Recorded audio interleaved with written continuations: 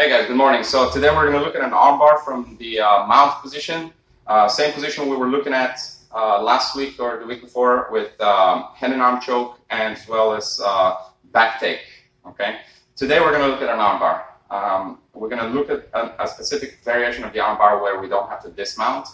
It's very strong because it leaves us in a dominant position and we don't really give them an opportunity to escape. Okay, so from here, we're going to do the same thing as before. I'm going to get my cross grips on his arms, regardless of where he starts, what he starts doing. Usually people start defending desperately from here. He might start bumping me or anything like that. As he does that, it makes it even easier for me to pin his arm down. Okay. Once I've done this with a cross grip, all my body weight is on his arm. Okay. I'm going to re-grip here. Still my body weight is on his arm. Now, for this particular submission, what I want to do is, I don't want him on his side defending this way because that's where the back take comes into play. Okay, so what I want is, I want him flat. I'm going to come here and just block his shoulder. Okay, if he starts to recover now to the other side, it's going to be hard. His shoulder is blocked by my body weight here. Now I'm going to wrap around the head, re-grip here, and start isolating the arm. Okay, I want his elbow as high as possible and as close as possible to his head. Okay. He's obviously going to be struggling with me for that. It's not going to be much of a struggle for me because of the fact that I'm isolating his rotator cuff versus my whole body weight here. Okay, so I'm going to be really working in a circular motion to isolate that arm high above his shoulder. Okay, once his bicep touches his ear, I know I'm good. Now I'm going to connect my fingers to his armpit here. I'm going to lift up his head and connect my other hand to his neck on this side. Okay. Once I've done that, I can release my left hand, knowing that I'm fully anchored here to him.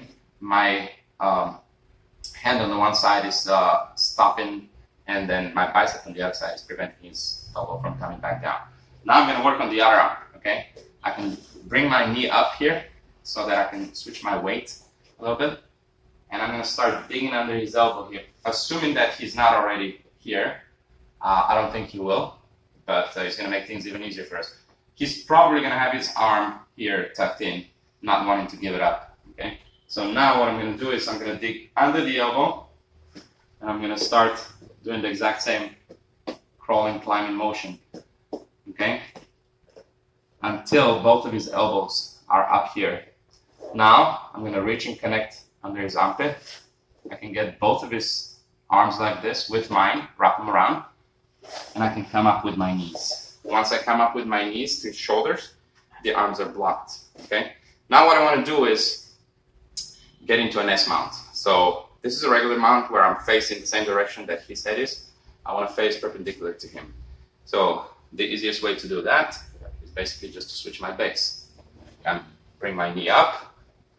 I'm going to lift his shoulder up here and bring my other leg. Now I'm in an S mount, very high S mount. Okay, his arms are already isolated in advance, so it makes it even easier.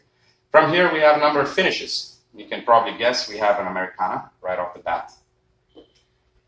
We have a armbar on this side, udigatame. We can also do this kind of isolation where this arm is completely out of the way. We can work a Kimura lock from here by pulling the elbow and pushing the wrist that way, or we can just do a nice wrist lock. But the best of them all, in my opinion, I'm going to base off this arm. Can't bring this arm back now. I'm going to base off here. I'm going to put all my weight on my hips, so directly on his chest. I'm going to grab this arm, make this leg very light, sneak it to the other side of his head. Bring the arm here. We have a very nice armbar without the risk of losing it, without going back down.